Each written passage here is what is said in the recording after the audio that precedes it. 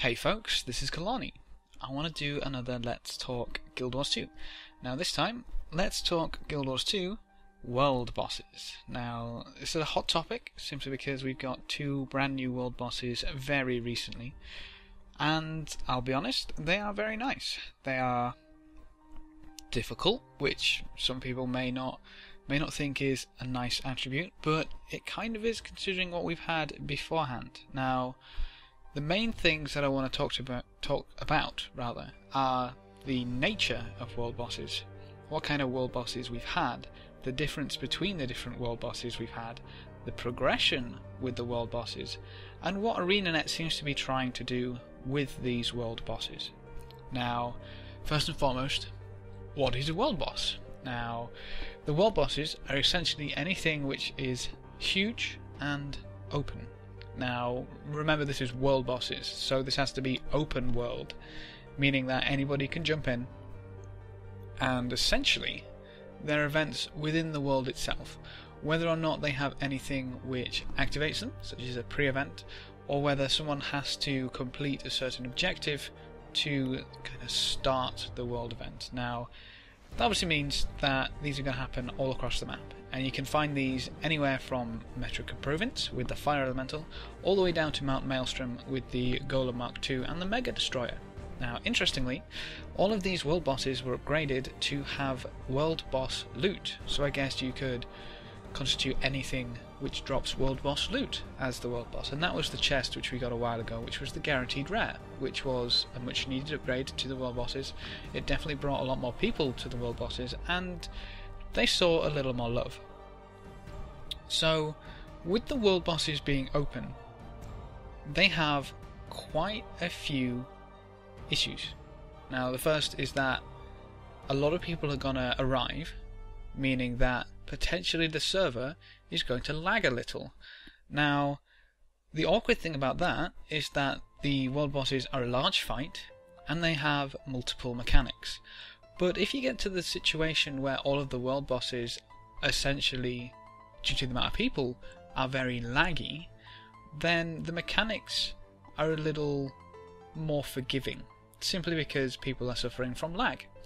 Now, in Guild Wars 2, the open world fights, anybody can go there, meaning that if these are highly contested, or their rewards are highly contested, a lot of people are going to show up. That was definitely prevalent with when the world bosses were first upgraded. Everybody was on those world bosses, which is really cool to see. The issue was that we started to get overflows in places where we didn't before. So suddenly you zoned into Golem Mark II, you zoned into the Fire Elemental, you zoned into the Svanir Chieftain, and you were thrown onto an overflow where not only you didn't really have a lot of friends to do anything with on the overflow, it was only a couple people thrown and spread between overflows, but the event wasn't happening, which means that the overflow was completely worthless. There was nothing to do there. You went there to do a world event. That world event isn't happening on this overflow, which was kind of a bummer. The main issue with that was actually that servers apparently have a soft cap, meaning that as soon as they reach a certain number of players, they start throwing people to overflows. Except the main server, which you're trying to get into, is not full, meaning the only way to get into those last few spots was if you had someone already there that you could join on. Now, that promoted party play, inverted commas, but what it turned into was people getting taxied to the main server. I've seen people, especially with these new events, actually paying gold to get onto the main server by a taxi, which is interesting to say the least, but definitely not ideal, especially for the older events where they don't happen on overflows, or they do, just kind of weird timers because they're not set in stone. Now, due to what I was mentioning earlier with the lag issues at many of the world bosses, quite a lot of them turned into AFK ranged fights, whereby you could simply ignore half the mechanics because they were a little too forgiving, and AFK range auto attack the boss. At the end of the day, if you AFK'd, there was no real punishment, there's no real consequence to not actively participating in the event, simply because the damage meant you got credit, you got your rewards either which way, the boss went down, and pretty much at least half the people were probably doing it simply because they couldn't do anything else because of the lag. Now, taking that a little bit further, why did all of them have mechanics which you could practically ignore? Was that to do with the lag? Was that to do with over-tuning at the start and people didn't know what they were doing so they couldn't defeat them, so they went a bit, you know, they nerfed them, shall we say, a little bit too much? Not entirely sure, but I remember the fire elemental being a lot harder, and then it kind of went down to nothing, and now it's come back up, which is interesting because the change after that, where they brought quite a lot of the world bosses back up in difficulty, or up in difficulty for the first time, depending on the world boss, it got a little more interesting. The first thing that I noticed was less people actually started turning up to them. You may remember that their rewards, they did change quite a lot, meaning that it went from 1 rare guaranteed per character, per event per day, to 1 reward per account per event per day, meaning that you could no longer swap between your alts and get all these free rares, which was a needed change. Let's be honest, the ectoplasm market was getting flooded, but with this other change they kind of upped all of the boss's mechanics, both in danger or damage, shall we say, as well as kind of some of them got new abilities. The fire elemental got his, or hers, its little embers back, which hurt like a truck, all the blindness going out in that fight, and quite a lot of damage. The Golem Mark II, I'll just take these two as examples because they are the best examples. The Golem Mark II electric field now practically 2 shots or 3 shots you, depending on who you are. So a lot of the mechanics did kind of come up to the point where you had to avoid them, and the AFK fest sort of died down a little bit. Some of the bosses are still a little bit of an issue like that, but quite a few of them were improved. Now, the interesting thing about that is that more dangerous mechanics and essentially things where you can't AFK actually promote better play, and better play means you'll improve as a player. Now, if that was ArenaNet's objective or goal, they probably and almost definitely succeeded. People are dodging more on the Mark II, they avoid the lightning more, certainly, and they have less issues with dying, which is brilliant. I mean, if a mechanic is dangerous, you learn the mechanic is. I mean, it's fire is hot, isn't it? Let's be honest. Fire is hot. Ouch! I won't touch that again. So, you know, electric field kills me. Oh, I'll stay out of that. Oh, electric field's spawning underneath me. I should probably dodge away. It promotes better play. Now, the main reason why the danger mechanics are the most important part of that is because learning to survive in any fight, in any game, is the first step towards improving your play. Learning to survive is the key. As soon as you start being able to survive, and being able to survive reliably, you can then put more damage down while surviving, and then all you need to do is focus on increasing the amount of damage you can do while surviving. That's essentially how you improve your play, especially in an MMO. Now, interestingly, some of the rewards didn't change, which kind of, I mean, they changed over time, but when they kind of hit that sweet spot of one reward per account per day, but still increased the difficulty of these events, they started to promote earning your rewards instead of AFKing for your rewards, which was a pretty cool and very much needed step towards earning rewards in Guild Wars 2. I mean, it feels somewhat better to have to fight your way through a boss to get a reward than to AFK the boss to get a reward. The issue with that is that so many people were used to AFKing the boss to get the reward that they just kind of thought, oh, I need to work for it now, no thanks, and kind of went away. But that's fine as well, because if the reward isn't worth their effort, then that's kind of a grey area, because ArenaNet needs to look at who does it for the reward and who doesn't, to see if the reward is actually worth fighting for, shall we say. And if it still is, then the people who don't decide to do it are, you know, free to not do it, and the reward stays the same because ArenaNet decides that that's kind of fair and even. But with harder world bosses promoting better play, it brings up the higher average skill of the player base, which allows Guild Wars and ArenaNet, shall I say, to develop more difficult content, which we are seeing. Okay, so increasing the difficulty of the first world bosses may have been their first step towards wanting to increase the difficulty of these world bosses. I mean, can you imagine these world bosses if ArenaNet had decided to stay with a difficulty which was like the Fire Elemental, when you could essentially attack it, pay attention to nothing, and get your reward? I mean, some people might like that. I personally would not. That would mean that the marionette would have died within a day. People might go back depending, you know, whether a reward was worth it for them, whether they got any enjoyment out of the fight. And I'll be honest, if you could AFK auto-attack the boss and get loot for a fight, not many people would probably go back for the fight, you know, the enjoyment of the fight, which is really, really good. Bringing the difficulty up and the average player base skill allows them to create better content. At the end of the day, more difficult content is better content as long as it is going down. If it's tuned right, then it's going to be a blast. And I'll be honest, I've been having a blast with the Marionette event. The worm's a little more frustrating, simply because the amount of coordination it requires across 3 different points on the map seems to be beyond a few people, but it's still really, really fun, especially considering that the worm's only been killed once. Now, getting on to the new fights, the Marionette and the Worm. The Marionette was apparently tuned higher than the average player skill to help people improve, to create a little bit of tension and a little bit of stretch between what's required to down the Marionette and what the players apparently average in skill level. So again, they seem to be wanting to bring up the average player skill level, and that was from an ArenaNet dev. So maybe they were a bit concerned that the AFK fights from times long gone made a few too many people comfortable with AFKing a fight. I don't know.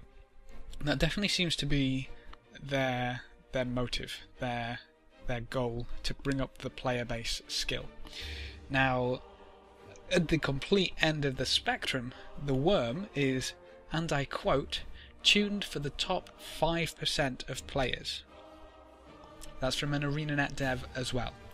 Now, the top 5% of players, that's kind of ridiculous, considering this is a world event. This is a permanent world event, so it's essentially going to stick around like every other world event. The rewards, hopefully, will stick around. But to tune something for the top 5% in an open world environment, where a lot more than that 5% are going to attend, is a little crazy. I mean, it's pretty funny to watch on overflows and servers where apparently, according to their map chat, they don't have a chance to kill the Worm, so they simply kill one head, get the reward for killing one head and be done with it. Some people have already given up, which is potentially a problem. Now, it's an interesting choice to tune a world boss for the top 5% of skilled players, simply because the best servers, which apparently Desolation Blackgate, are gonna have a good crack at it, potentially get it down. Desolation succeeded, congrats to them. Or the boss hunting guilds such as TTS and Tech, I can't really remember any others because I don't really follow them. They're gonna do their own thing and try have a bash at this themselves if they're still, you know, in business. Which it's inconceivable, to me at least, that they'd still make it a world boss. I mean, I could understand if you tuned a dungeon to the top 5% of players, because then you essentially choose who you're taking to the dungeon, and the top 5% of players can happily go and have fun. But if the fight requires the top 5% of players in the same map, now that's, you need about 140, 50, 60, 160 people. If all of them are required to be in the top 5% of the skilled player base of Guild Wars 2, I don't see that fight going down. anymore, which is really strange. I mean, it's taken a week. That's the longest it's ever taken anyone to defeat any content in this game. A week. Or I suppose it's been a week and we've had one kill. I guess you should say it that way. But it's definitely an interesting choice.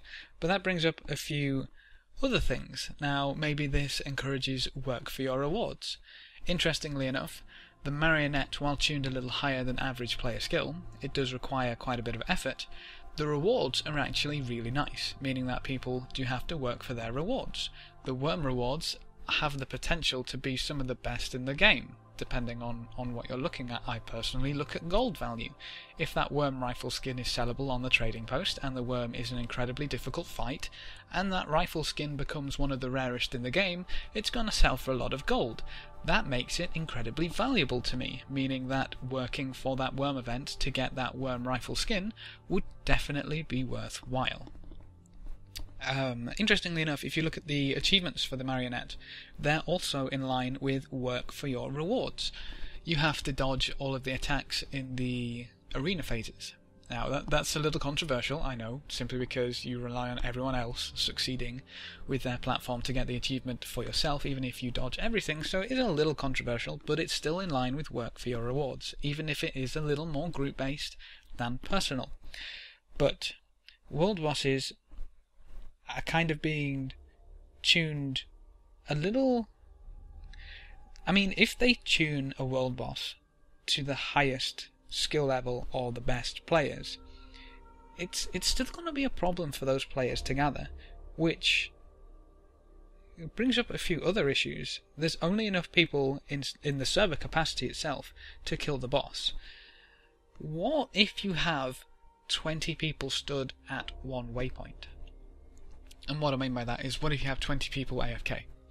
If you have 20 people AFK, suddenly you have 20 people less than you require to defeat the boss.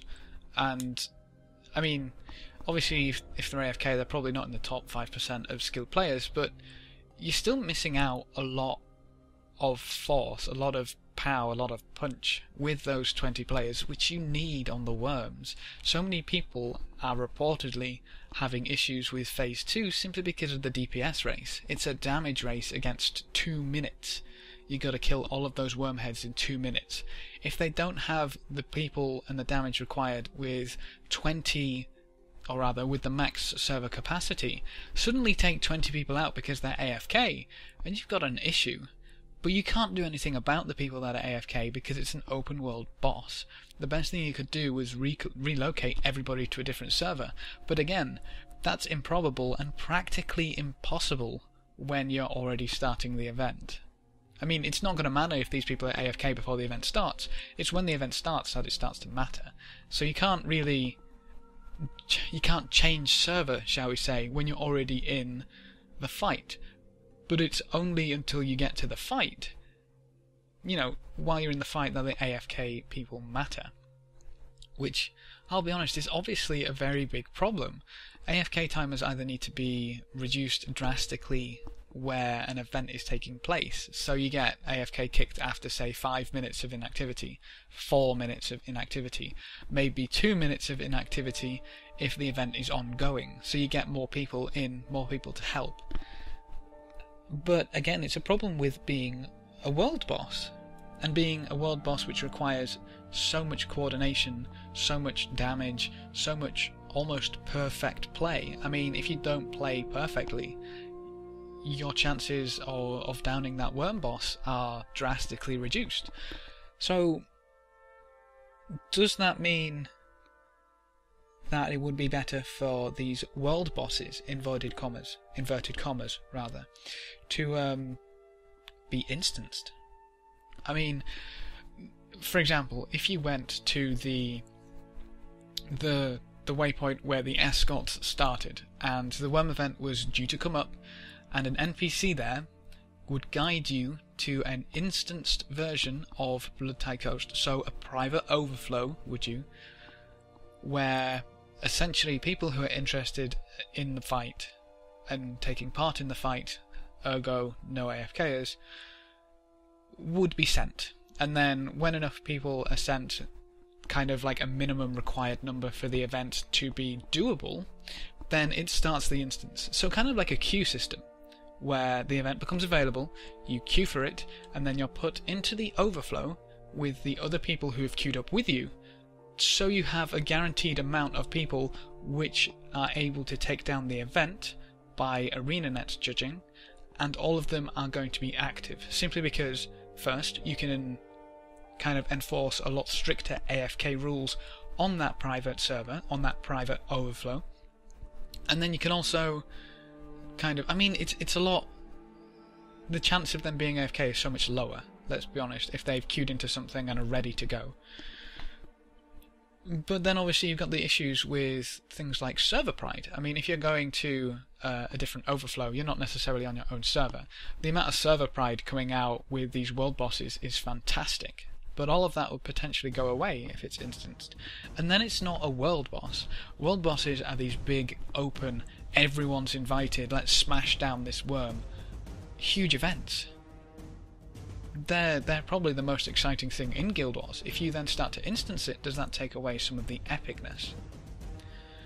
I don't know. But it just comes back so many times to so many of these different problems. The problem with world bosses can be fixed by instancing them, but then it's not a world boss. But does that mean that world bosses shouldn't necessarily be tuned that high? I mean, should world bosses be this difficult? Which is a really strange concept, because I think, personally, yes. But, I mean, I can see a ton of people unhappy with how the worms are, and how the way they turned out. Which is fair enough. I mean, on one side of things, you are getting to see the content, you are getting to see the fight, but you're just not getting any rewards for it. Which is obviously going to drive quite a few players away. Now, going back to the instanced idea, should they have a level cap so that people who... Again, it comes to a question of accessibility. If they have a level cap, for example, you must be level 80, then you've got all the traits, etc., you're essentially the strongest you can be in the game. Is that a problem compared to somebody going into the event at level 60 or 70? They've not got the traits, so they are going to be weaker, inverted commas, in one way or another. But they then, I mean, if this level cap was imposed, if they were instanced, would that mean that they don't get to see the content at all because they're not 80? And should those instances have a set number of players to partake? I mean, should it go from, say, 140 to 160, or from 100 to 160, shall we say, and then it scales depending on how many appear? Or should it be a set 160 players to take part in this event? Any less and it doesn't start. You can't have more. Should that be how these world bosses work? Because at the moment it seems to be any less than, say, maybe 120 players. And you don't really have a solid chance at it, simply because you need 20 players at 2 of the worms guaranteed. If it's 20 players, they have to play perfectly, otherwise the worm's invulnerability does not come off. So you want kind of some leeway there. But if you have leeway, then you've got less to deal with the ads, meaning that those go rampant and potentially ruin the group, killing you, and you fail the worm. More people essentially thrown at the worm means that you've got a higher chance of downing it by the looks of things. But if you don't have those people, I mean, some servers may not be able to even get the right amount of people, enough people, to do this worm event at any time ever. Surely that's a little unfair. For it to be a world boss, you expect the accessibility to be there, and for it to be so that you could essentially down that boss if you wished. But again, tuning a world boss for the top 5% of people seems to be an incredibly strange model for me. A curious thought, actually. If things went to instanced instead of open world, does that then encroach a little too far into the raid model? I mean, to have 100 players go into an instance to defeat a specific boss, does that then encroach too far on the raid model, which ArenaNet seems to be avoiding at all costs, even though I think it could potentially be an incredibly valuable addition to the game? I mean, can you imagine 10-player dungeons? 20-player dungeons, although you'd have to revamp a little bit of the party system. But I mean, it could be done, and it could be an incredibly valuable, whatever, a good addition to the game. But again, a lot of people will hear raid and scream, "Oh my god, no way!" which I think would be a disappointment in itself. But one other thing that I want to touch on for these world bosses is that each of them have a 2-hour spawn timer. For something like the worm to have a 2-hour spawn timer, essentially that means you have 6 attempts per day, given that you can dedicate half of your day to Guild Wars 2. 6 attempts per day, every 2 hours, is crazy. I mean, Desolation, in case you weren't aware, they stayed on the same main server with roughly the same group to learn this fight together for about 4 days. They tried to get the same group, they tried to be there for as many attempts as they could, simply to learn this as a group. Now, let me start again. A difficult boss is a lot easier, becomes a lot easier when you learn it as a group. Everybody starts to learn their role, everybody starts to learn what they need to do personally to contribute to the group kill. If it spawns every 2 hours, chances are the group that you're going to be with is going to differ. The only way to keep that group the same would be for everybody to stay on the same server for 2 hours for the next attempt. Going further than that, if they fail again, if they want another attempt with the same group to learn it together, they have to stick around for another 2 hours. That's ludicrous. That really is. If you don't have time for that, but you still want to have a good shot at this worm, chances are, the first time you log on, if that worm goes fine and you nearly get it down, brilliant, I'll come back next time, but I don't quite have enough, I can't keep myself inactive for the next 2 hours.